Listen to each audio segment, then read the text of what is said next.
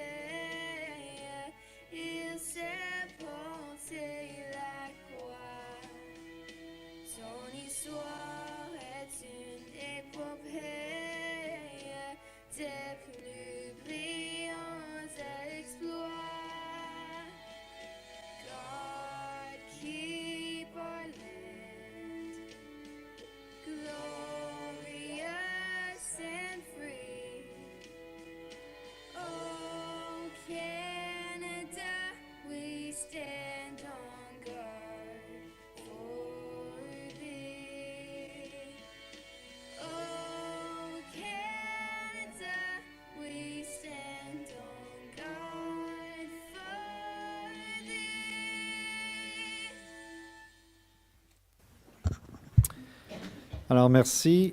On continue avec l'item numéro 4, additions, deletions, or amendments. I have 18A, Council Civic Education Presentation in Local Secondary Schools by Councillor Deacon. Any other additions, members of Council? Seeing none, I'd move a motion to approve the agenda as amended. This is moved by Councillor Lawrence, seconded by Conseiller Lalonde. Call for the vote. All in favor? And passed. L'item numéro 6, déclaration d'intérêt pécuniaire, je n'en vois pas. Item numéro 7, motion to approve the February 23rd council meeting minutes, and this is moved by Councillor Lalonde, seconded by Councillor Armstrong. Call for the vote. All in favor? And passed. Thank you kindly. On s'en va à l'item 9, délégation pétition, on n'en a pas. Numéro 10, point de consentement. All items listed under consent items will be enacted by one motion. A majority vote is required for the adoption of the consent items. There will be no separate discussion of these items unless a request is made prior to the time council votes on the motion that a consent item to be separated from that motion. That separated item would then be considered immediately after. So motion that all is that a separate?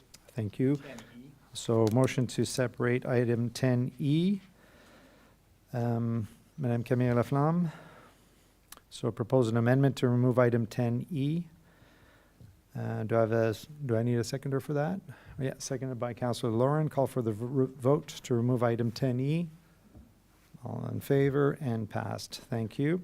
So we will vote on all items except item 10E. Call for the vote as amended, 11, and passed.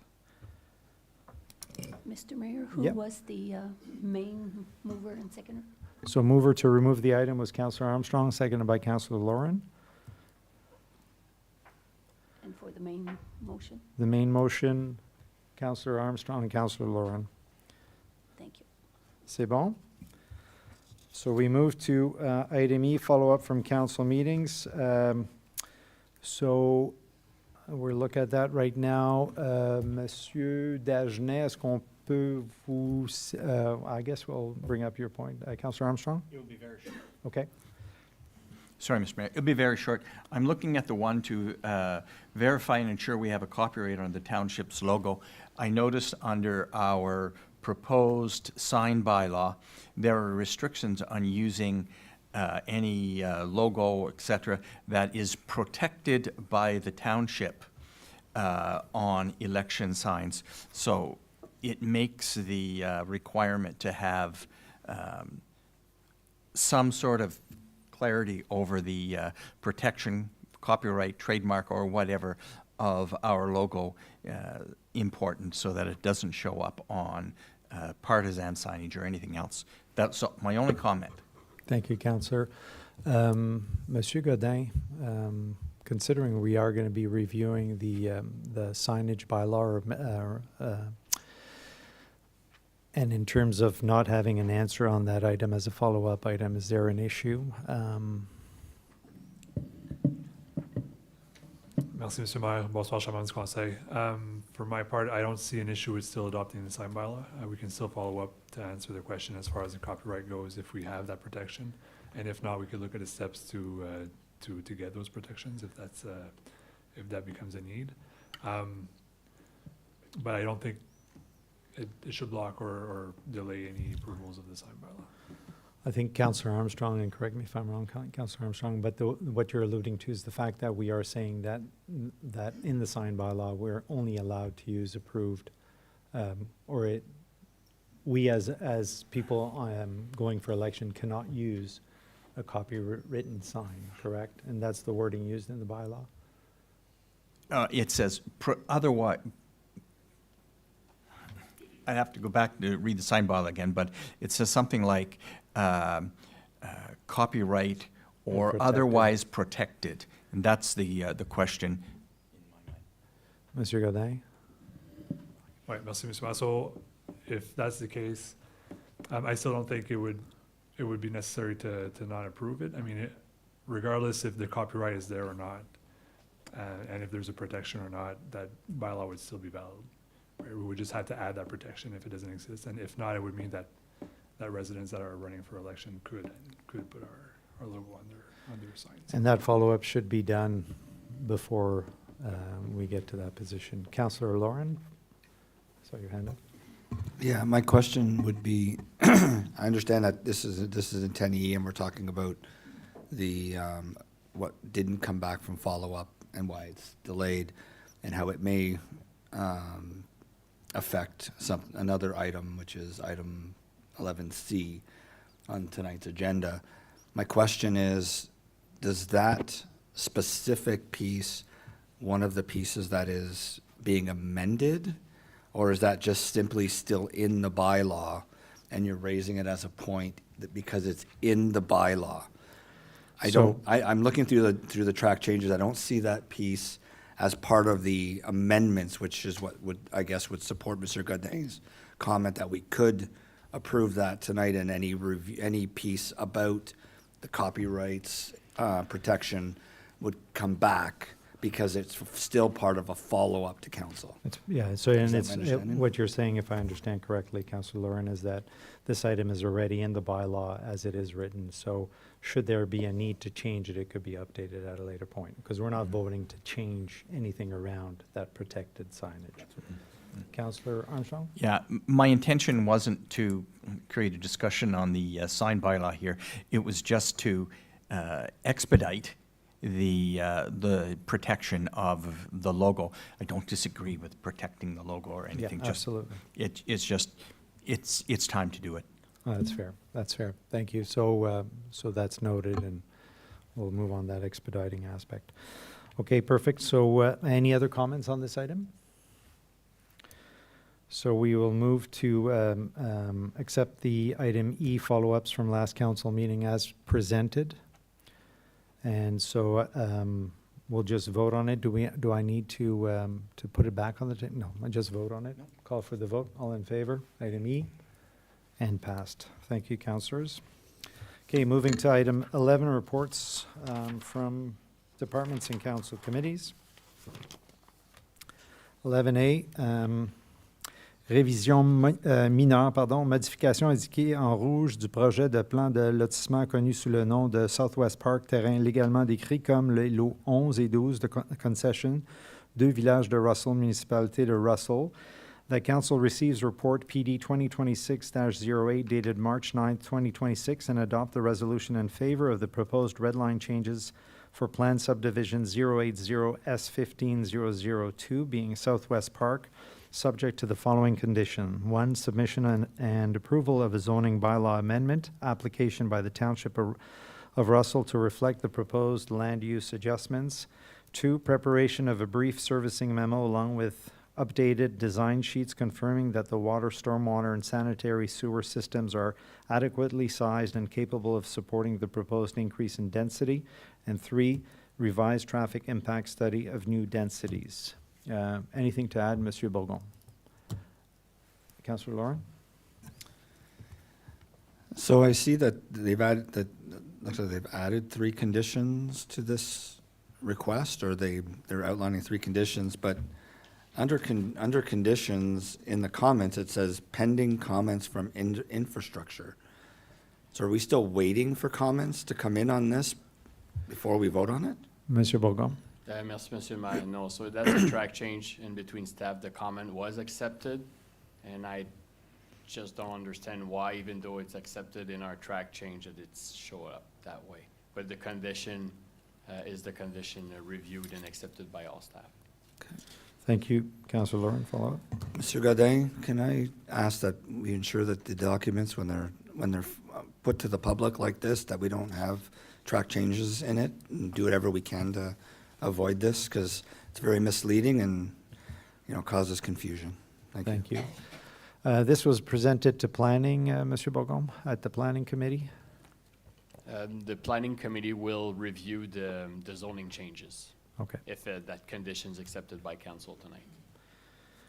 Okay, thank you. Anything else to add to this, members of council? Councillor Deacon. I just think it would be beneficial to go over, because I was really struggling with the sequencing of this request, where for those of us who aren't deep into planning, it looks like we're being asked to approve a minor red line revision that increases the unit count by at least 113. But the zoning amendment, servicing confirmation, and updated traffic study aren't actually in front of us to be doing that. So I was struggling with the lack of clarity on what myself as a counselor is expected to rely on to evaluate whether the increase is justified. It felt a bit horse before the cart for me. So I would just like to ask if the staff could clarify why the revision is being considered ahead of that technical analysis especially, and whether approving it tonight prohibits council to make a different decision down the road when we do have that information. Thank you. Good point, Councillor Deacon. Monsieur Bourgon? So the United Counties of Prescott-Russell are the authority in this case for subdivision. So it's the same process or a similar process as when a proponent wants to apply for a draft to get his land draft approved. We come to council, we recommend a series of condition, then it gets sent to the county kind of put those condition on that to get that land draft approved. So it's a similar process here that the county received a request to do a red line change on their subdivision. The United Counties are asking us what would be the condition to proceed that way.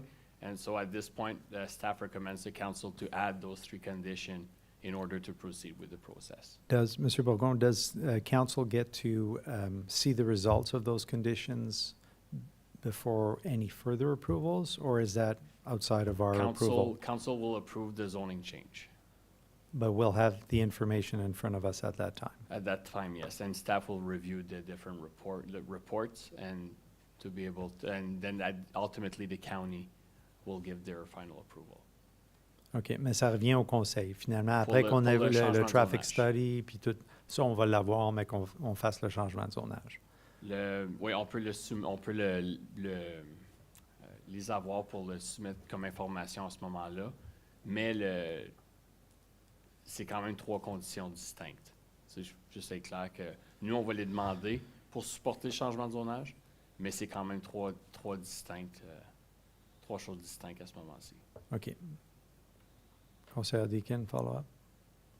Oui, juste un petit suivi, because red line changes are a lot less set in stone in terms of the statutory requirements than the actual zoning amendment, for example, which is where the rubber really hits the road. I'm just curious, and I don't know if staff can answer this tonight, but I'd like to know if this coming to us as a lower tier municipality, if that's because red line is non-statutory, if we're looking, if that's common across upper tier and lower tier governments, municipalities specifically, or if that is an indication of some dynamic that we have here in Prescott Russell in particular, that this would come to us before going just to the upper tier for them to throw their conditions on. Monsieur Bourgon, are you able to answer that? I'm not able to confirm if it's part of the act or just a procedure, but I can confirm that here's the chance to council to validate those conditions so county can reinforce them before giving their final approval. Now, after it's a condition, now the proponent need to make sure that they address those those three conditions before proceeding with the changes. Can we request a follow-up to get an answer, though, if it's statutory or if it's just within the dynamic of our relationship with the counties? Sure. Okay, merci. Is that, yeah? Councillor Armstrong and then Councillor Lauren, or Councillor Lauren, then Councillor Armstrong. Go ahead.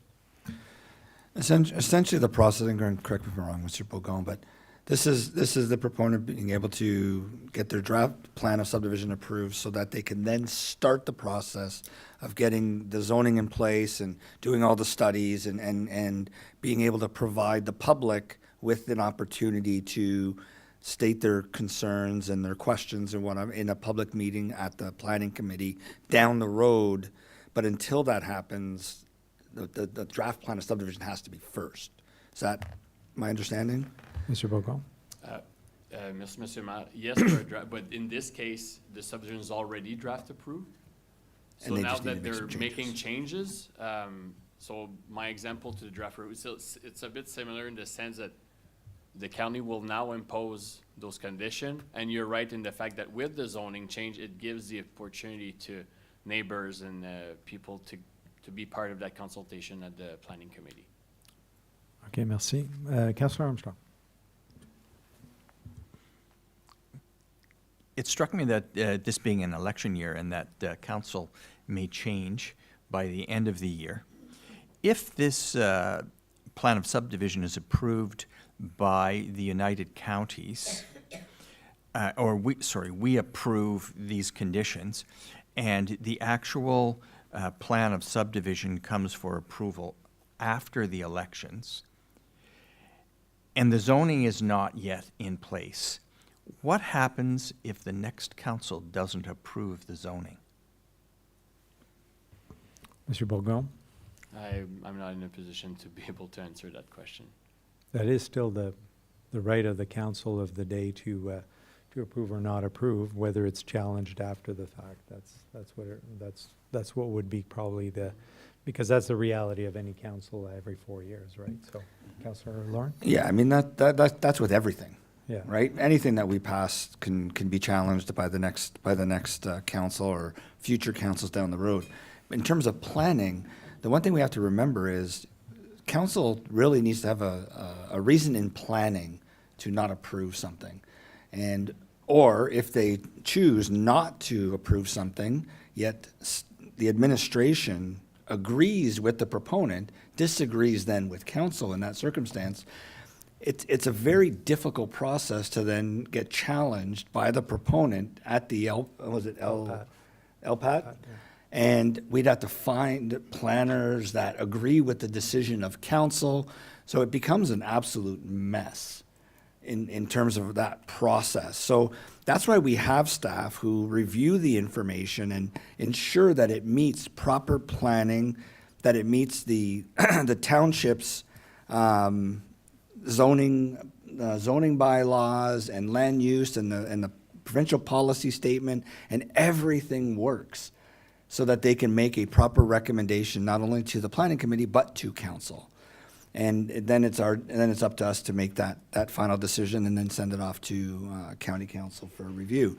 So, but in terms of the next council, whether they agree or not, if they don't agree with, if this council says yes to the draft plan, and then this council again says yes to the zoning amendment, because the zoning amendment may come in before council changes, or the next council comes in and says, no, we don't agree with the zoning, I would trust that they would have to find a very good reason in planning not to accept it. And that's the key aspect, is that it is in planning and not that, we just don't like it, or has to have a good rationale. I have Councillor Malone. No, I'll come back to you, Councillor Armstrong. Yeah, I think just to build on what Councillor Lawrence said, I mean, it's going to go back to the Planning Advisory Committee, and again, they'll be coming back with their recommendations. So it's staff and it's the Planning Advisory Committee as to wonder, why or whether council would ever turn down a recommendation from the Planning Advisory, never mind staff. So, I mean, there's all those pieces in place, all those safeguards. I just had a related question, because we did this exercise back in January with a same minor revision to a subdivision plan. It was for Cornerstone. And the same sorts of conditions were being imposed on, I think, traffic study and the like. And I guess we'd be waiting, because I haven't seen that since January, I guess we'll be waiting for that to come back to Planning Advisory Committee soon for the zoning bylaw amendment. Would I be correct? Through you, Mr. Mayor? Mr. Bourgeois. Through Mr. Mayor, so yes, you're correct, Councillor Lalonde. It will come back to the planning. We just, at this point, administration haven't received any update on that file. Thanks. Merci, Conseiller. Councillor Armstrong? Yeah, just again, educate me on process here. Which comes first, the approval of the plan of subdivision at the counties or our zoning changes? Mr. Bourgon? In this case, the zoning change will be approved before, because it's a condition to that final acceptance at the county level. Good. That answers most of my things. Fine. Thank you, Councillor. Okay, everyone okay on this? Moving forward. Okay, we move to item B. Que le Conseil reçoive le rapport PD 2026-11 daté du 9 mars 2026 et approuve le règlement afin d'autoriser la demande proposée visant à considérer les lots 206 et 215 comme ne faisant pas partie du plan de lotissement enregistré connu sous le nom de H.O. Wood 1886 Limoges. Quelque chose à rajouter, M. Bourgon? Non, merci, M. le maire. C'est simplement une condition là, pour un détachement de terrain. Yeah, so the term deeming is essentially removing from the subdivision, right? Anything to add, members of council? Questions, comments? No? Thank you. On tombe à l'item C. Okay. The council received report PIC 2026-06 dated March 9th, 2026 and approved the proposed amendment to the bylaw 2016-052 to modify sections 7 and 8. So this is revision is based on the charter challenge that was posed by Councillor Armstrong. Anything to add to this, Madame Bordeaux? Well, as you said, it's an amendment to the bylaw following the court decision in reference to mostly to the election sign section of the bylaw. And the bylaw has been amended, and it removes the unconstitutional limitation and ensures that election signs are regulated in a fair, consistent, and charter compliant manner. So the revision eliminates all restrictions on election signs placed on private property and allows signs to be displayed on public property beginning the nomination day, which is August 21st this year.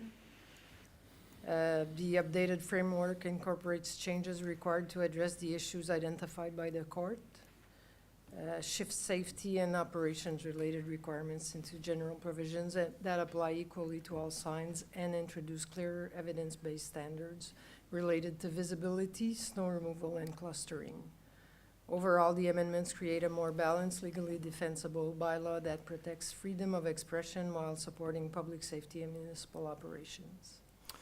So I did, as mentioned prior, the bylaw is in track change to show the changes, so it would be easier for council to view the changes that were brought forward and the changes that were moved to the general section of the bylaw. Yeah, absolutely, and I appreciate seeing those track changes. It does make it a lot easier to look at. Before I pass it on to council, I just wanted to ask a quick question. So if I looked at the court ruling, the 30-day piece, the removal of that is positive, but I'm trying to understand the court issue if we're fully addressing it. So if I still use nomination day as a hard restriction for that particular type of sign, could that be open to challenge?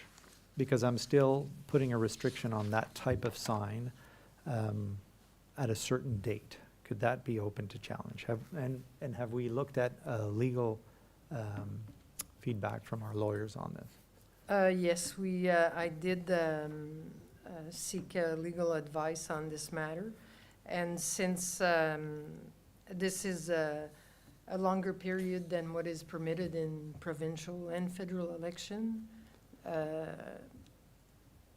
they felt comfortable with, Leaving that restriction? yes. Okay, merci. Okay, Councillor Armstrong, I'll open the floor because I would assume you would. This would be a bit lengthy, Yeah. if you don't mind, No, but, go ahead. but here, okay. I mean, obviously, I was pleased with the Superior Court ruling. I was entirely successful, and the court found all 7 impugned provisions of the sign bylaw unconstitutional. I'd hoped the decision would create an opportunity to rewrite the bylaw from first principles. Now that we are well informed of the relevant fundamental freedom of expression terms. Unfortunately, I don't think this has happened. I shall provide my view of why such a rewrite should occur and how we should proceed. I'll comment on the court decision and the application to the proposed amending bylaw. The Superior Court found the 7 impugned provisions violate the Charter-protected fundamental freedom of expression. Note that the provisions relate only to election signs, as that was the limit of the application before the court. But the Charter-protected freedom of expression applies to all forms of expression and most messages, including other provisions of the bylaw that were not included in the application. The court clearly rejected the township's submission that the purpose and effect of the bylaw, in general, is not to restrict the content of expression within the charter meaning, but rather the bylaw is content neutral. Its purpose and effect are aimed at the location and timing of expression and its, quote, harmful physical consequences, unquote. The court found that the impugned provisions unconstitutional and the bylaw as a whole restricts freedom of expression, and the court comments are generally applicable to all provisions of the bylaw. The court conducted its charter analysis by outlining the 40-year-old Oakes test with its 4 parts that any government must meet to demonstrate that law, regulation, or bylaw is constitutional. First, the issue must be pressing and substantial. Second, the bylaw must be rationally connected to the objectives. Third, the bylaw must minimally impair the fundamental freedoms. And finally, the effects of the bylaw must be proportional to the objectives. All 4 parts of the test must be satisfied for the bylaw to be a reasonable limit and justified in a free and democratic society. The onus is on the township, and we, council members, have the duty to publicly ensure that the township meets the burden placed upon it. The Supreme Court of Canada has emphatically stated that, quote, to justify an intrusion on free expression, a government must demonstrate through evidence supplemented by common sense and inferential reasoning that the impugned bylaw meets the test set out in Oakes, unquote. I agree that the current and proposed bylaws meet the first 2 tests. there is a pressing and substantial need for a bylaw regulating signs, and that the current bylaw and proposed bylaw are rationally connected to the need. The proposed bylaw, I believe, fails on the other two tests. In addressing the regulation of signs in general, the court noted at paragraph 36, the township must do more than simply assert that the bylaw minimally impairs freedom of expression. It must provide evidence of a search for a minimally impairing solution to the problem it sought to address. Furthermore, at paragraph 39, the court states, quote, the township's review of what is done in other municipalities was not a search for a minimally impairing solution, unquote. In addressing election signs specifically, the court stated at paragraph 40, the township has provided no evidence to show that meeting the bylaw's objectives requires more rigorous restrictions on election signs compared to other types of signs. In our proposed bylaw, the issue of treating election signs differently from other signs has not been addressed. The proposed bylaw defines at least 27 different types of signs, including election signs, all differentiated by the message expressed. All are subject to some different treatment in the bylaw. There must be evidence presented before us, council, to justify these differences. Significantly, the Superior Court repeated these reasons only 9 weeks ago in the matter of Ruck and the City of Mississauga, where provisions of the City's of Mississauga's nuisance weed and tall grass control bylaw were found to be unconstitutional, as the city could not provide evidence of a search for minimally impairing solution and only provided a review of what was done in other municipalities. Note that Mr. Ruck was a self-represented litigant and is not a lawyer. He won the case against Mississauga simply by relying on what is done in other municipalities was sufficient to doom the bylaw. In our case, the court made other significant comments on minimal impairment. At paragraph 42, the court states that, quote, the fact that all candidates in the township are barred from posting election signs for the same period and in the same way does not in any way enhance the argument that the bylaw minimally impairs freedom of expression. Minimal impairment does not turn on whether a candidate was successful, whether they were treated differently from other candidates, or whether other forms of expression were available. Under Section 1 of the Charter, the issue is whether a township attempted to accomplish its objectives in a way that minimally impaired the applicant's right, unquote. To put it another way, all candidates may be treated equally, but that simply means that all candidates' rights are violated equally. This is still unconstitutional. The Municipal Elections Act states at Section 88.24, the election campaign period begins on the day which the clerk receives his or her nomination for the office under Section 33. In addition, the Act states that nominations may be submitted to the clerk on or after 1 May and up until nomination day, the third Friday in August. The proposed bylaw would prohibit election signs during this period. As voting day is the fourth Monday of October, election signs are limited to a 9-week period in a potential 25-week campaign period. What evidence is there to support the prohibition of election signs for about 2/3 of the campaign period? In the proposed bylaw before us this evening, PIC 2026-06 presented to council makes claims such as the bylaw is lawyer-guided, charter-compliant, applies equally to all signs, is evidence-based, is balanced and legally defensible. All these are nice things to say, but the report does not provide any evidence and analysis that the proposed bylaw meets the minimally impairing charter compliance test. We, council, must see, review, and evaluate the evidence that supposedly supports the minimally impairing test. The public, and especially potential candidates, must see this evidence. As presented to us, this report falls into the trap of not providing evidence of a minimally impairing solution. This alone, I believe, dooms the proposed bylaw. We must also address the proportionality test. In court, the township argued that without bylaw restrictions, there would be, quote, an unsightly proliferation of election signs, unquote.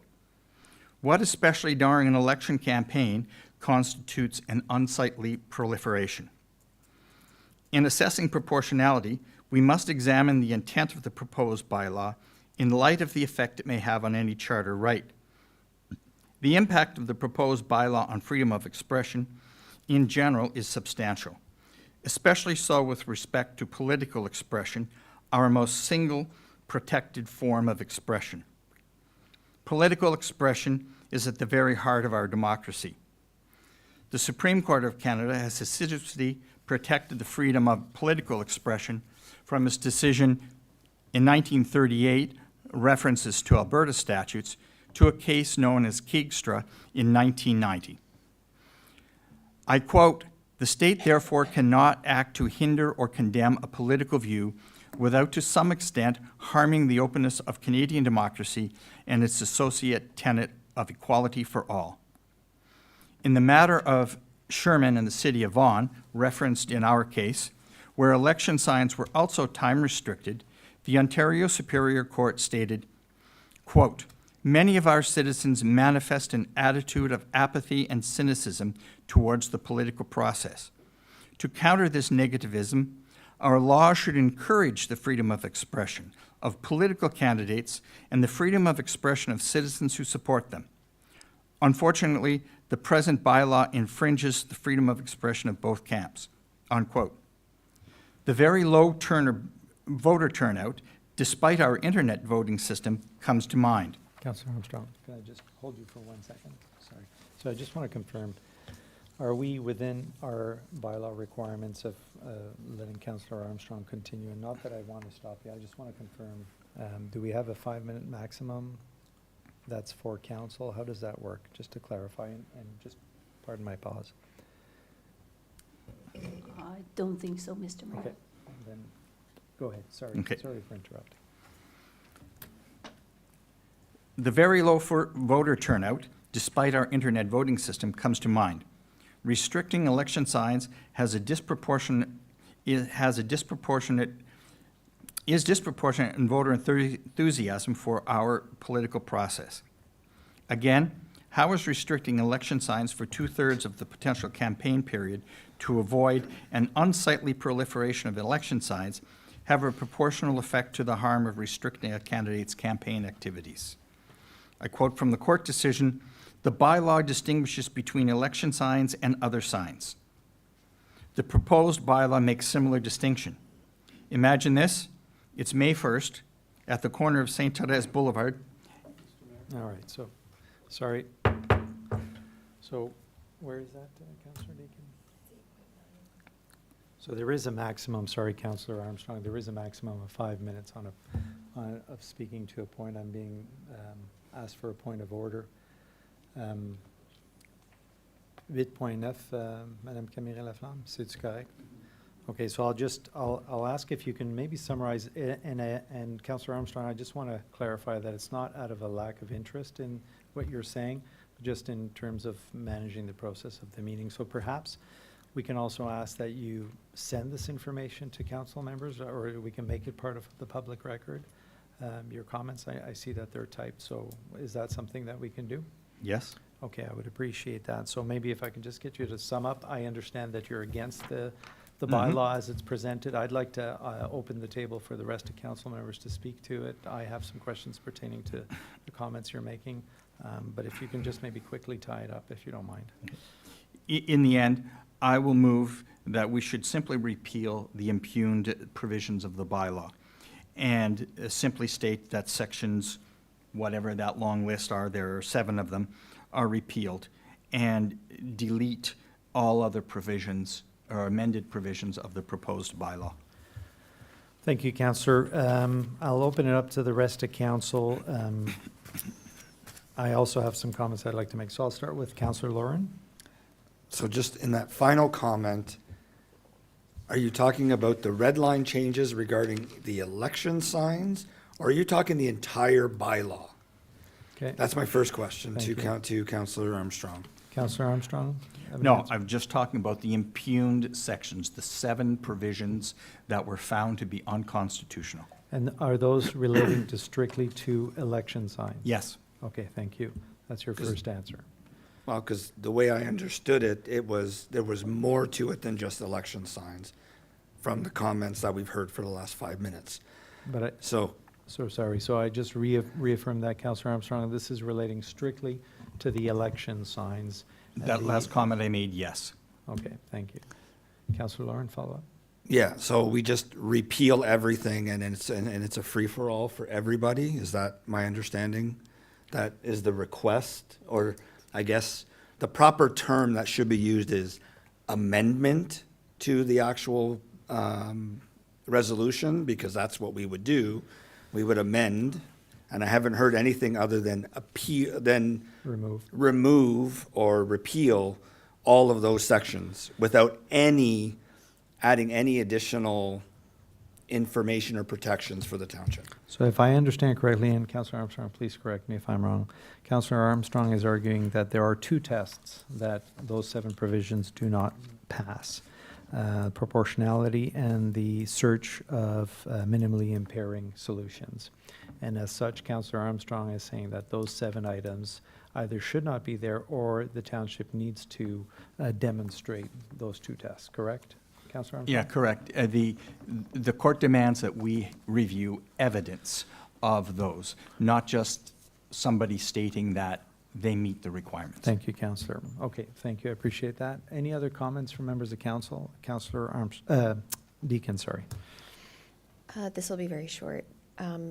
Your point earlier, Mr. Mayor, about the nomination period, the thing that I got hung up on when I looked at this was that there would be no deadline for folks to remove the signs from their lawns following the election. So when you mentioned putting up a nomination sign as of a certain date, if we remove any obligation to ever remove a sign, is that enforceable for somebody to have their sign up for 4 years or until the next by-election, which could be a year hence? They leave it up and it just keeps rolling on and stays on the property. And I just think that residents might find that a little bit confusing about what is the start and end date of the election period itself if Yes. folks are able to have their signs on their lawn in So if I perpetuity. understand correctly, Councillor Deacon, thank you for your comment. My question was pertaining to the time when you put the sign up. We have limits on all our signage in terms of deadline after an event. For example, like where there's an open house or a house for sale, I think there's a 30-day requirement after the fact, right? So Yes. that exists, that's there, and so we're not differentiating between an election sign and that. So it's, for the election, it's a 30-day, within 30 days, or? So go ahead, Councillor Deacon. From my understanding, we removed entirely any requirement to remove the sign. In this Am current I draft, it's misunderstanding there? that? On private property. Oh, okay, I see. Okay, well, this is more complicated than I thought. My aspect, my concern where there was still a possible challenge was the aspect that we are still restricting, we're still showing a restriction without any demonstrated proof, as Councillor Armstrong mentioned, that impairment test. And so if we have that for all our signage, it makes sense, but it doesn't, that's where I think it could be challenged. And so I'm struggling with that part, but I certainly I think it's okay that we have a limit after the election, that there's a certain amount of time that the sign comes down, but yeah, that's a whole different question. So, Councillor Armstrong? Yeah, I don't think having a restriction on removing an election sign after a campaign would be found at fault by any court. I agree. Because there's no, you have a somewhat reduced, a candidate has a somewhat reduced protection After the election. after the election campaign is over with. But we have many political signs, essentially political signs out on many things. And I'm sure we're going to have a proliferation of no high-speed rail and all of these other issue signs that show up. That come up. And that's quite correct. And somebody could put up a sign, I suppose, today saying, you know, I support Liberals, Conservatives, NDP, Greens, or whatever party, provincially, federally, or whatever. And if they're on your own property, I don't think we could take them down. Neighbors may not like it, but I don't think we could stop that. The ones, you know, vote for me on October 21st or whatever it is. Anyway, that's perhaps a different issue there. But the other thing is, remember, if on the 1st of May, somebody puts up a sign on a street corner that says, vote for me, and it's next to a sign that says, I have a house for sale this way, there's no restrictions on the I have a house for sale this way compared to the election sign. And that came up in the court with, Yeah. I mean, that did everything. So if I understand correctly, and Councillor Armstrong, maybe you can help me out on this. Obviously, you're much more deep into this than I was, but if the removal of the sign, you know, as soon as nomination period starts and you're allowed to put signs up, would that address the 7 issues? My doubt becomes, you're still restricting election signs up to 2/3 of the provincially legislated campaign period. No, but so maybe I didn't make myself clear, but as soon as we go into election period is what I mean. If they're allowed throughout the entire period, there is no impairment. Yeah, if they're allowed It's throughout like the day I put my nomination and I put a sign up, I'm good. As long as they're accepting my nomination, I put my nomination in, I could put a sign up. That's correct. Yeah, That would pass all this. that would match the thing. You're a candidate, you can put up a sign saying you're a candidate, vote for me. And the 30 days after the election, removing signs makes sense? Nobody that I've ever heard of has complained about that. I understand. Even candidates don't complain about that. They want them removed as quickly as possible. Councillor Lauren, then I have Councillor Deakin. Councillor Lauren? I'm just confused over why that wasn't as simple as, I'd like to make an amendment to this proposal to extend the time period to put signs up from nomination closing day to nomination beginning day. And that would have solved 15 minutes that we've been sitting here, Well, so. it's part of council to have discussions. No, it's and- just, Okay. it's ridiculous. Councillor Deakin? Just returning to my previous point around the removal period, City of Ottawa and City of Toronto do 72 hours following election that it must be removed. And again, I think that the evidence that I would, because it's not about comparing to other municipalities, of course, just again, that it's confusing for residents if they were under the impression that the election period is still on. And I think that justifies the requirement for removal of the signage. Okay. Madame Bordeaux, well, so obviously we're going to remove this item and perhaps discuss it further there. But, sorry, Councillor Lalonde, did you have your hand up? I'm sorry, I didn't see that. Please, go ahead. Well, I'll make it brief, but you know, the idea now that a sign can go up on the first day that a candidate puts their name in, or May 1st when it opens, and have it possibly in the ground for all of that time, including whether it's 10 or 15 or 30 days past the actual election. So there's another issue that comes out of all of this, and that's the amount of signage that's going to be everywhere for a lengthy period of time, for a much longer period of time before, we talk about the character of a village and the tree canopy and the look and feel, and now we're going to get into all kinds of signage for, I just want to make the point that I have concern about that, whether it's, we use the election sign issue as a starting point or other signage. I'd like to hope that we can have signs up for as long as we think it's a reasonable amount of time. But by the same token, to have them out the very first day and to have them from May all the way to October, I have a problem with that. So I just want to register my concern. Thank you, Councillor. But the judge did say that we cannot limit that. You could put 10 for sale signs, as Councillor Armstrong was mentioning, whenever there are houses for sale, and that's what so whatever we do, we have to do across our entire municipality for all the types of signage, not to impede on that freedom. Madame Bourdeau?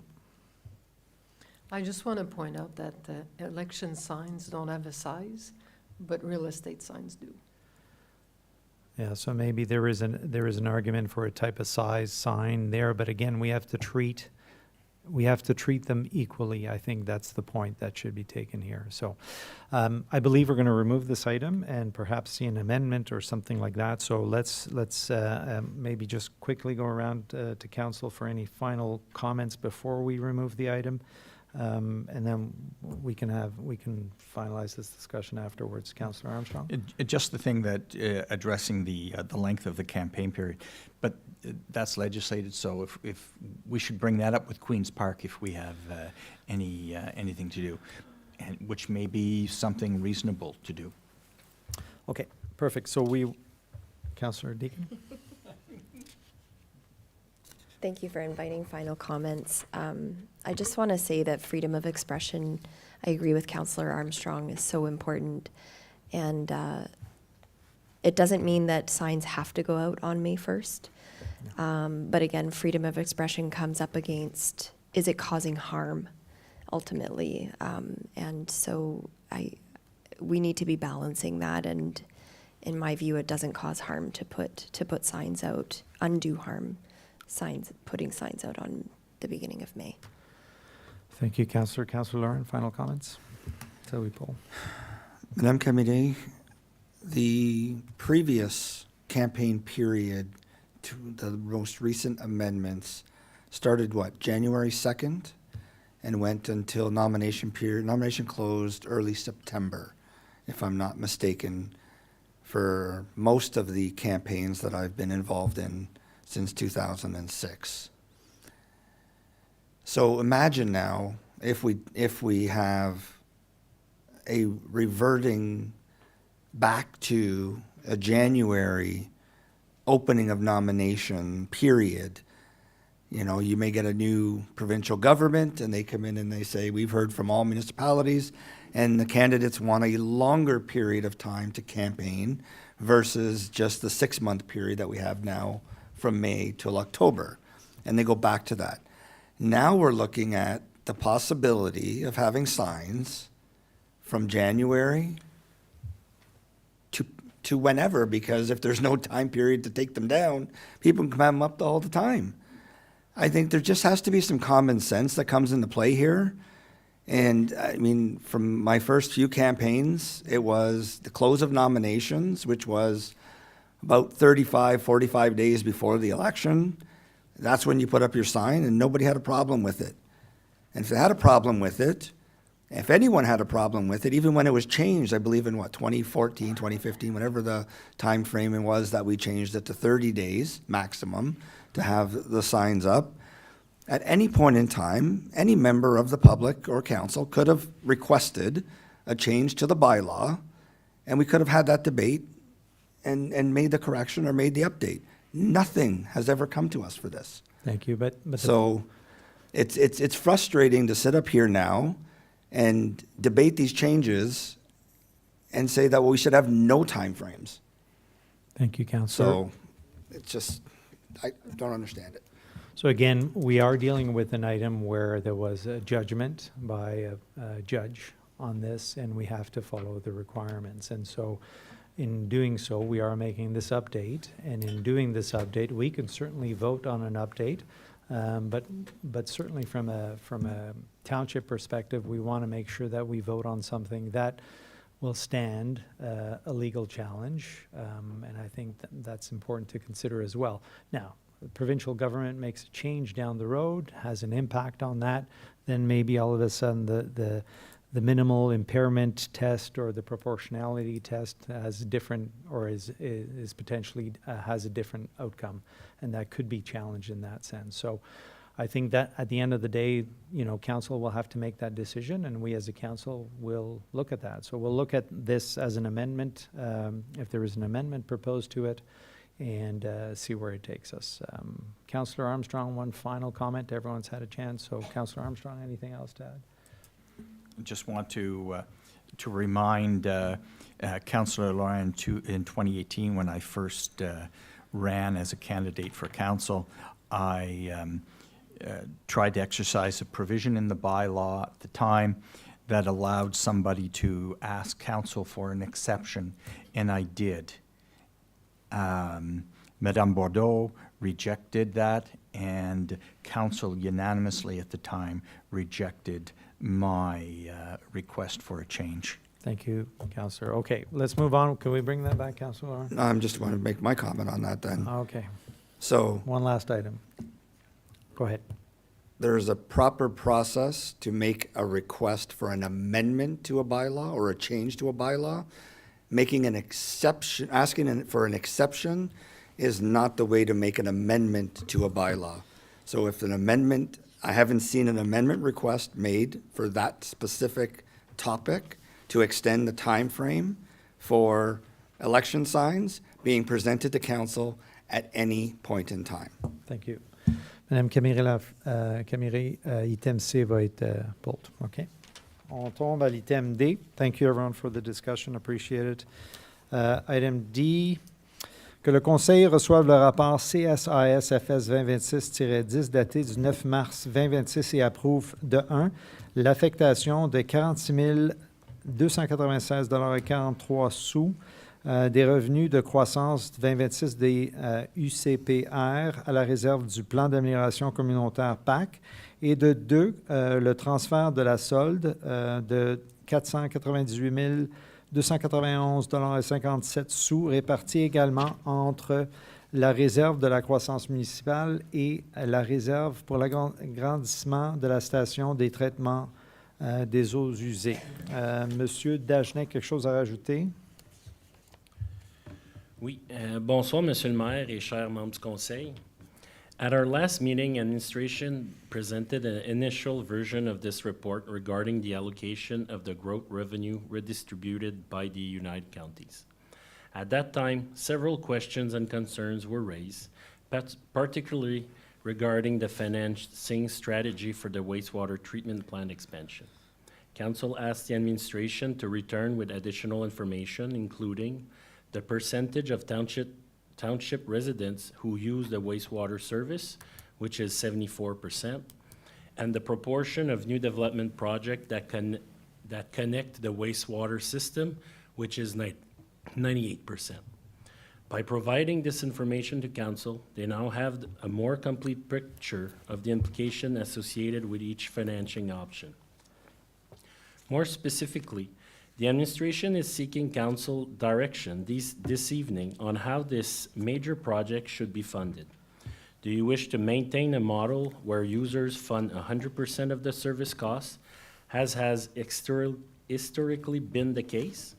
Or given the strategic importance of this project for the entire community, do you prefer an hybrid approach in which a portion of the funding would come from general taxation to help mitigate future increase to user fees? The direction you provide this evening will allow the administration to prepare the appropriate financial strategy for inclusion in the 27 budget. Finally, following the explanation provided regarding the use of the county's growth revenue, We also wish to confirm whether council support the administration recommendation for the proposed allocation of these funds between the reserves. Thank you. Merci beaucoup. Alors, si je comprends bien, sur le 545 000, le montant qui va aller pardon, je me mélange entre les deux, au CIP, représente quand même plus que 2 %, correct?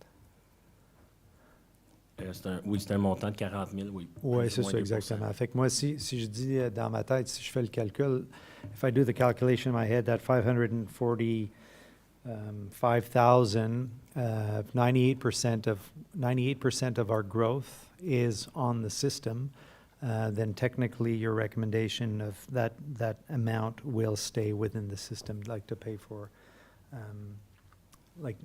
because there is an argument where user fees, it should be, like this should not go necessarily to user-funded programming.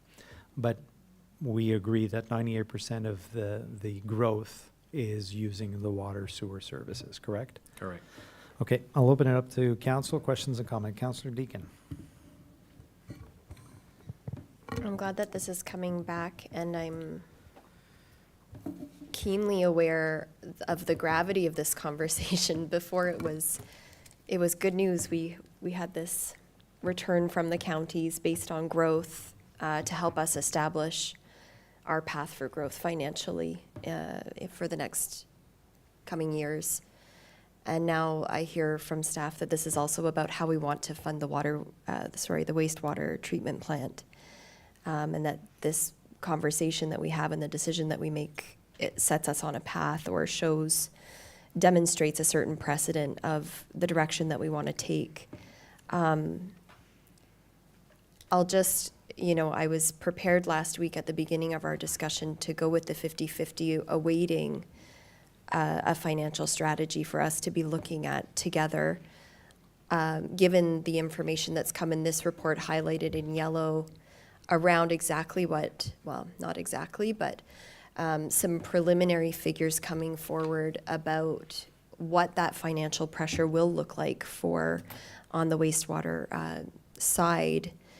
It has me thinking very conservatively of taking these funds, as you say, Mr. Mayor, 98% of which that growth was tied to wastewater servicing, and apply a formula that would see a percentage of the serviced properties, 100% of the serviced properties who are on wastewater, paired with a partial growth weight to come up with a figure that is thoughtful, recognizes that financial pressure on the wastewater treatment plant project coming forward, and also ensures that residents who are not on services see value and see funds going into a general growth reserve that would still benefit the wider growth-related projects of the community. So the formula that I was looking at with those rough numbers from, in terms of how many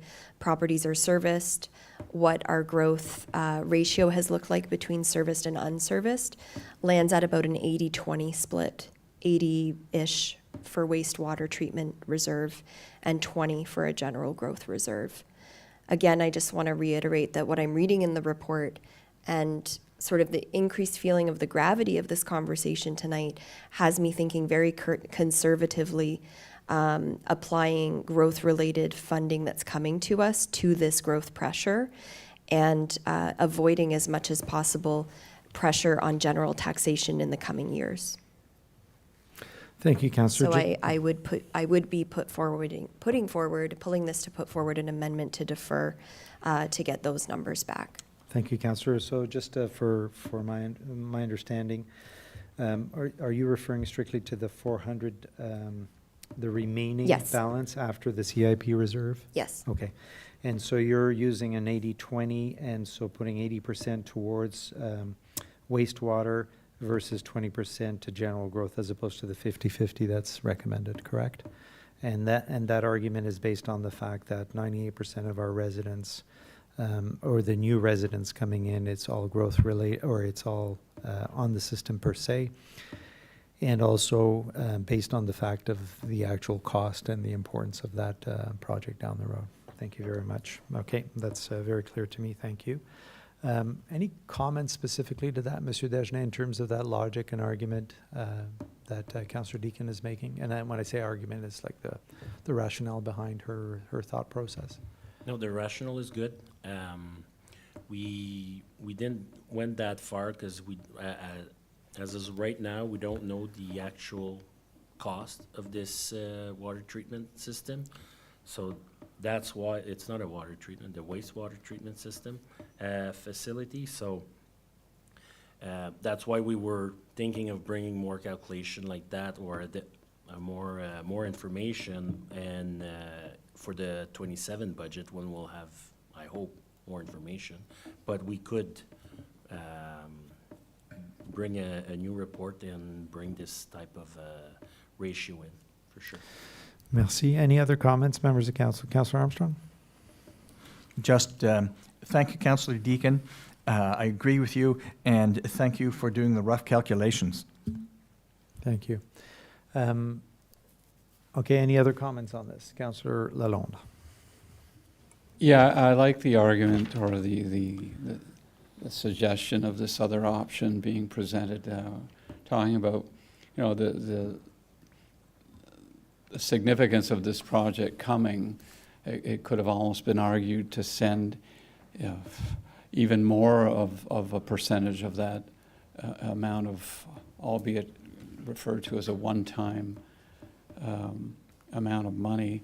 But so because of looking at 68 million being our share, is it 68 million? It's a lot. Of a $100 million project. So I certainly support the idea, if the numbers support it as well, that we raise the contribution from what was 50-50 to 80-20. I would have been prepared, as I say, to go further, recognizing how important this project is going to be coming to us sooner rather than later. So if that's good for staff to work those numbers out, I think it's worth taking the time. And yeah, I thank Councillor Deakin for this as well. Monsieur Dagenet? Well, if it's clear with council, we go with the 80-20 split. Yeah, we'll see if an amendment is proposed there. We'll get to that. But We need to bring a new report in 2 weeks, or we can just move forward. je pense qu'on va faire, si le désir du conseil, c'est de faire un amendement, parce qu'on va tirer l'item. Moi, je voulais juste rajouter là-dessus, just a final comments on that. This is a one-time funding amount, but there was certainly an intention at the county level, whether it comes through or not, to see growth-related dollars like this redistributed back to where the growth is coming from, to help relieve some of this pressure. And it's meant to be a reoccurring amount over a few years to optimize that growth, recognizing that the counties are collecting these dollars and that their costs in terms of programming at the county level don't necessarily reflect the urgency of that growth dollars as they do at the municipal level.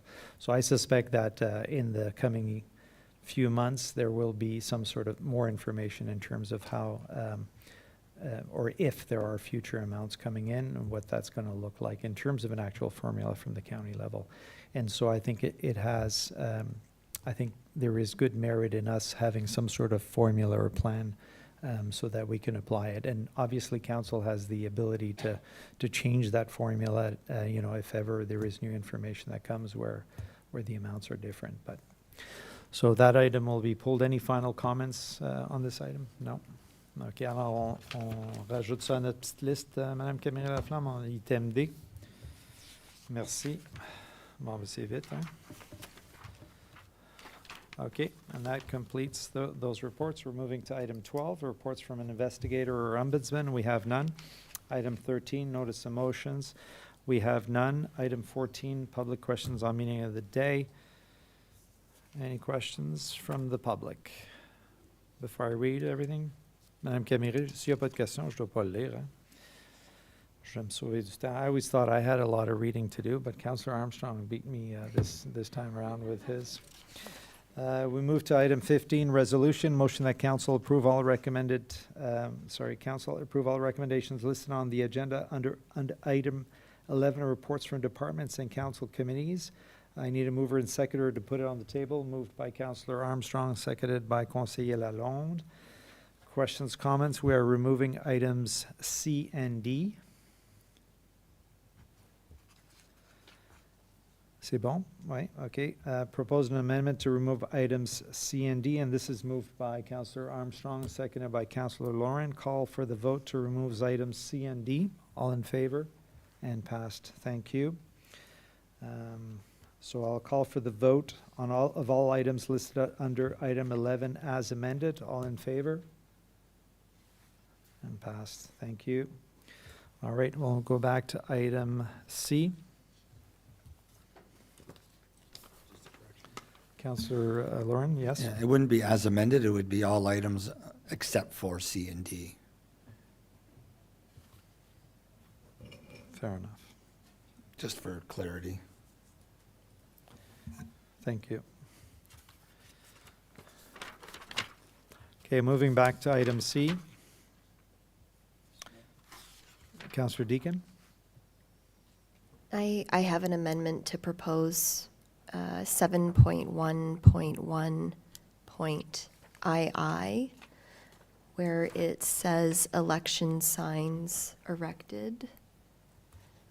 Can we put the, So, well, hold on, we have to put it back on the table. oh, sorry. Yeah. I'm usually the one that messes that up. I'm always the one that messes that up. Okay, so let's go back to item C. Let's put it back on the table here. So the council receives a report PIC 2026-06 dated March 9th, 2026, and approve the proposed amendment to bylaw 2016-052 to modify sections 7 and 8. Mover, seconder to put it on the table. Moved by Councillor Armstrong, seconded by Councillor Deacon. It is on the table. Questions, comments, or amendments? Councillor Deacon. I would like to propose an amendment to the draft bylaw at 7.1.1II, where the draft language says election signs erected on public property must be removed. My amendment would propose to remove the words on public property, so that it applies to both public as well as private property, that signs be removed within 10 calendar days following the day of the election. So public and private property. Yes. Thank So you. as I said, I would strike in that draft the words on public property, so that it applies to all signs across the township, whether on public or private property, and that's for removal. Okay, so if I could propose how we go about this, I think there's going to be a few kind of discussions around some changes. I would be more comfortable that we have that discussion, direct staff to make those changes, and then come back to us for additional discussions. I think that would be the most constructive, because making changes on the fly like that, I'm not comfortable. I would be more comfortable having a chance to look at them, but I want to record all those recommended changes, so then Madame Bordeaux could look at it from her perspective as well, and from the staff perspective, and then it could come back to us. Is that fair as a direction to go? And so Councillor Deacon mentioned that item. Any other So I'm item? just putting it forward as a direction for Yes, council's yeah. consideration. Thank you. Any other directional kind of questions around that, Councillor Armstrong? Around that particular one, or? Around like the signage bylaw? The signs by, I would recommend that 7.1.1A, the second line saying nomination day for a municipal by-election be deleted, and and in fact,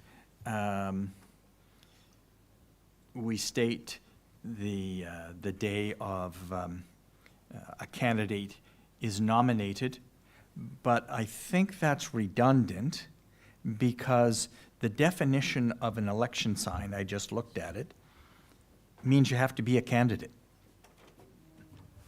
It's not an election sign if you're not a candidate or a third-party advertiser. So no election sign would be available, legal, until the individual files their nomination papers. Becomes an official. Whether that be federal, provincial, or even municipal. It's just the time that you get to do that is different under each of the three election schemes. So, Councillor Armstrong, the intent of the change there is really to allow a candidate, a certified candidate, to be able to put up a sign as soon as that candidate becomes certified. Is that correct? That's correct. And there's the same thing, a third-party advertiser Related to that or candidate. a registered third party cannot become a registered third party until the campaign period begins, either federal, provincial, or municipal. Okay, I think I recognize those. Any additional comments to make in terms of direction to tweak this signage bylaw? Note, Councillor Lalonde stepped out. Madame Camille-Laflamme. Any other direction? Councillor Armstrong, if I can ask, if that item was addressed, that covers your concerns?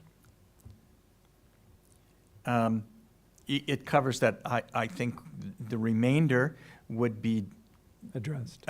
defensible because we're essentially removing the restrictions on election signs That's correct. As a separate. as a separate item, regulated separately compared to other similar signs. Yeah, and we also have to recognize that, residents or candidates that decide to put up signs through the entire aspect, I mean, there's value to having signs, but there's limited value the longer you have them in as well. So, I mean, at the end of the day, that'll be a candidate's choice to make and whether they feel value in that or not. But I'm comfortable in that direction.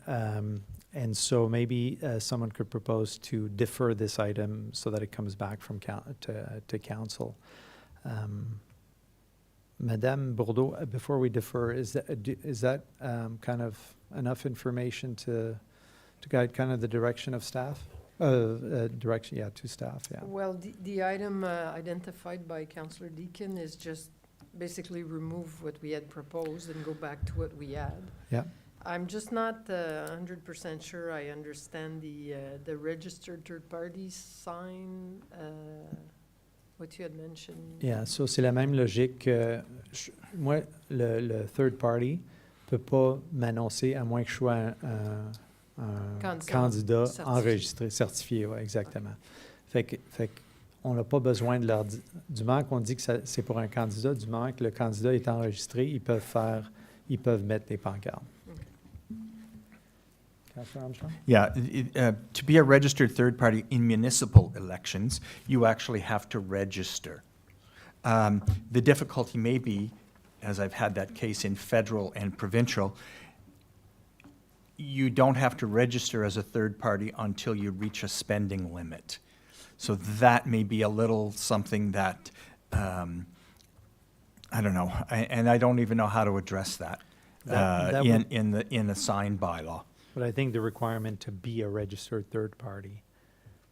Well, it's the Address that. registered part in the federal and provincial ones, because unless you spend, I think it's $5,000 in the federal election, you don't need to register. You're allowed to advertise. Maybe it's only $5. I honestly have to look. I honestly didn't look that up in detail in the federal. Only the campaign durations, because that was what was being argued in the actual court case. Thank you. Councillor Deakin? On this third-party question as well, I will move to defer. But on the third-party question, a question that I have is, third party can be promoting a specific candidate, but they can also be promoting a specific message related to the election, such as, I don't want to see sprawl over my farmland, vote accordingly. As I know there are organizations in our community that do have signs out. So that's a question that I have is, as soon as the nomination period is triggered, for example, are political signs like that aren't in favor of a specific candidate but are putting forward electoral issues, are they required to register even though they've had their signs up all along, for example? Or, you know, I'm citing a specific example, but it could be any sort of broader, that the May 1st would, that's a question I have, and again, why I think we should be deferring. Well, we are deferring. Yeah. Then we will propose, I think, to defer, but again, I just want to make sure that Madame Bourdeau has as much information as possible. That's something I'm wondering. So that's something else for Councillor Deacon. Any other comments before? So we have a motion to defer this item. Councillor Deacon, a motion to defer. Do I have a seconder to defer this item? Seconded by Councillor Armstrong. I'll call for the vote to defer the item. All in favor of deferring the item? Against? Oh, okay. All in favor, yeah. So this item is deferred. Thank you. We're moving to item D.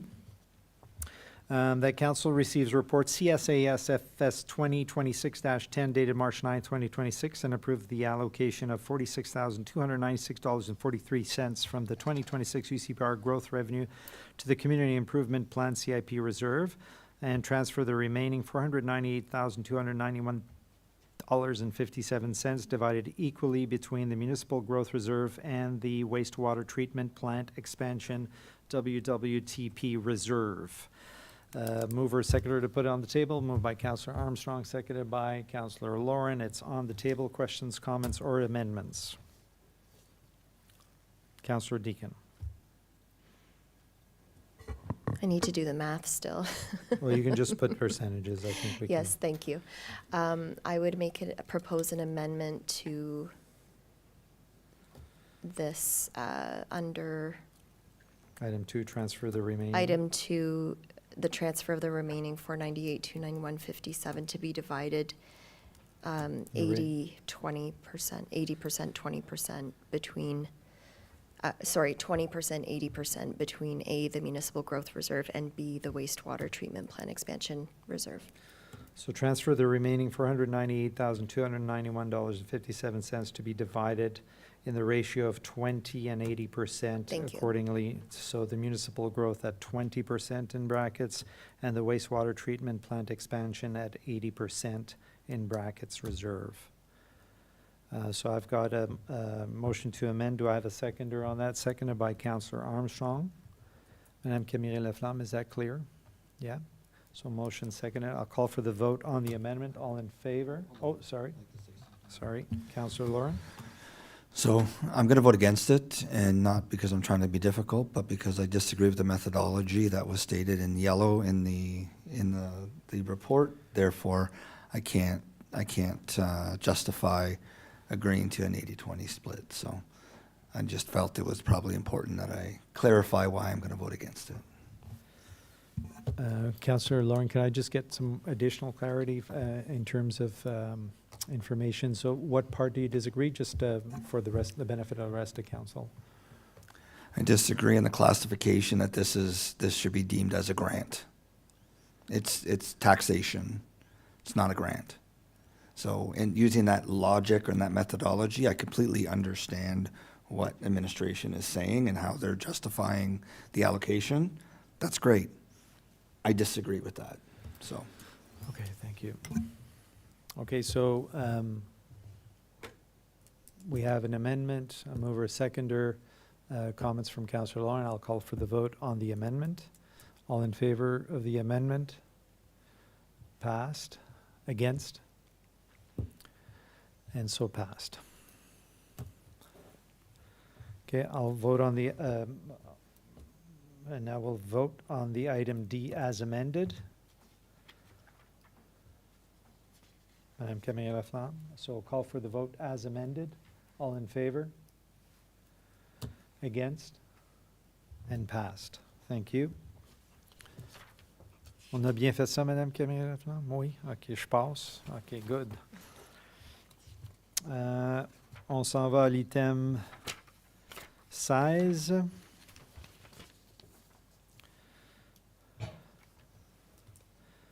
On est bon pour item 16 comme c'est écrit, on ne change rien.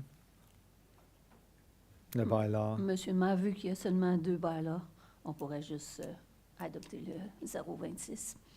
Ce serait plus facile, vu que le 027 a été deferred à cause D'accord. du numéro 11. Alors, motion that council approve bylaw 2026-26 to inclusively, for the first, second, and third reading as listed on the agenda. C'est bien? Call for the vote. All in favor? Oh, got to put it on the table. Councillor Armstrong, Councillor Lawrence, seconded. Thank you. Call for the vote. All in favor? And passed. Thank you. Item 17, new business reports. We have none. Item 18, other business presented by council members. 18A, Councillor Deacon, civics education presentations in local secondary schools. Councillor Deacon, floor is yours. Thank you. So the Teen Advisory Committee, Our Vote, Our Future initiative has officially launched. There's been some good coverage in the community. People are making their pledge to vote in the fall election and encouraging members of council to do the same. Part of the Our Vote, Our Future initiative is to have presentations by council members in schools. And so since the initiative's launch, there have been 3 requests, 2 from l'École secondaire catholique d'Embrun and 1 from St. Thomas Aquinas. I am opening discussion to other members of council for members of council to consider volunteering to undertake 1 or 2 or all 3 of these presentations. For your agendas, the one at École secondaire catholique d'Embrun, c'est le 9 avril, and for most of that day, and then there will be another one at some point the week of March 23rd to 27th, spanning between late morning and early afternoon. Thank you, Councillor Deacon. Just from my perspective, I'm more than happy to attend all of them, provided my availability, and so sign me up, just to confirm on the availability. On the 9th of April, is it for a full day? Yes, it's 2 classes, so it's Okay. 1 in the morning and 1 in the afternoon. Okay. But wherever is needed, just happy to take that offline. Councillor Armstrong? I volunteer. Okay, perfect. Excellent. Thank you very much for this initiative as well. Much appreciated. Thank you. I'll follow up with you each on that. Thank you. All right. We move to item 19, public consultations and hearings. We have none. Item 20, announcements. So I've got a few. So I'll just start. So, and I'm sorry in advance, Councillor Deacon, I think I'm going to steal your thunder on a few of them. So, Saturday, February 28th, Councillor Deacon and I participated in Black History Month celebration in the Salle Camille Pichet. The township has recognized that month for the past few years, but this was the first time we were celebrating it en présentiel, comme on dit en français. It was a fantastic event, and it was certainly beautiful to see. I think one of the highlights for me was a local dance troupe, and these are first-generation Canadians that their families came from Rwanda, and they were doing traditional dance, and that certainly warmed my heart to see that. And it reminded me of my youth when I was doing Polish dancing, because I'm a first-generation Canadian, and both parents are Polish. So that was fantastic. It was a great cultural experience, and I really enjoyed being there. Last week, March 3rd, Councillors Deacon and Armstrong and I participated in packed council chambers for open house on Phase 2 of Notre Dame upgrading for the infrastructure. And so that was great. Congratulations and a big thank you to the infrastructure department for leading a good presentation. And it was great to see so much community engagement. On Thursday, March 5th, I had the pleasure of joining Councillor Deacon, Clerk Camille Laflamme, and Bylaw in hosting a mock council meeting with the Sparks Girl Guides.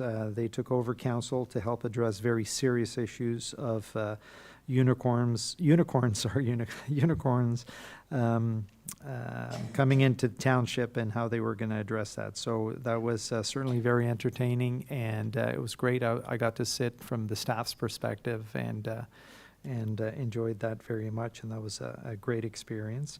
A big thanks again to Councillor Deacon for spearheading or working with the Girl Guides and organizing that.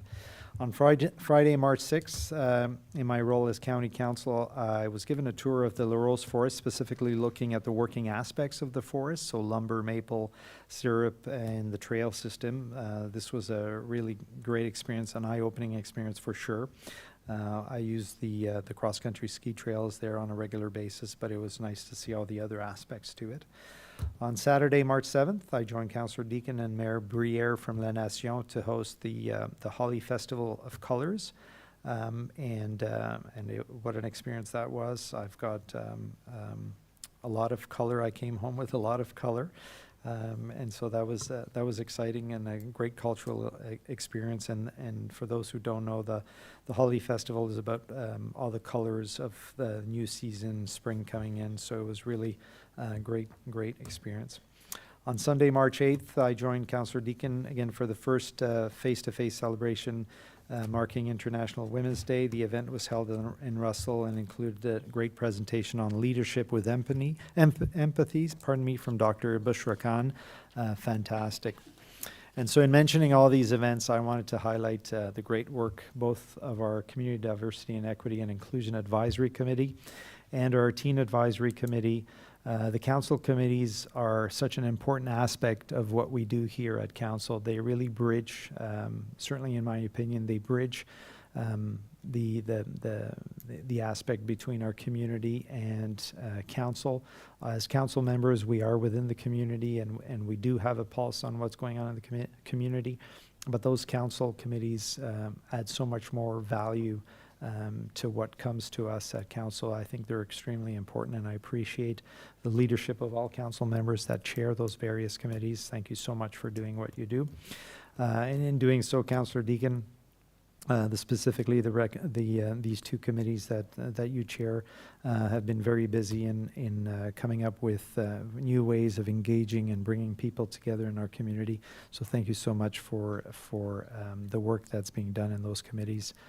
It's great to see that, and I know that from a community perspective, it's very much appreciated. So thank you. That's all I've got. Any other announcements?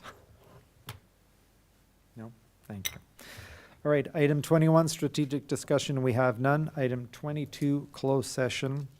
So pursuant to sections 239(2), 3, and 3.1 of the Municipal Act 2001, SO 2001, Chapter 25, motion to move into closed meeting at the hour of 7:34 p.m. to address matters pertaining to Section 239 of the Municipal Act 2001, SO 2001, Chapter 25, to consider matters relating to 1, Land Purchase Route 300, Report CS 2026-04 S2C, a proposed pending acquisition or disposition of land by the municipality or local board, and S2K, a position, plan, procedure, criteria, or instruction to be applied to any negotiation carried on or to be carried on behalf of the municipality or local board.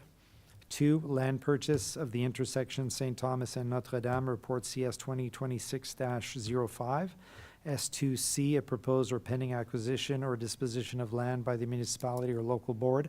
And S2K, a position, plan, procedure, criteria, or instruction to be applied to any negotiation carried on or to be carried on by or behalf of the municipality or local board. And 3, closed session minutes of the regular council meeting dated on February 23rd, 2026. So this is moved by Councillor Lawrence, seconded by Councillor Armstrong. Call for the vote to go into close. All in favor?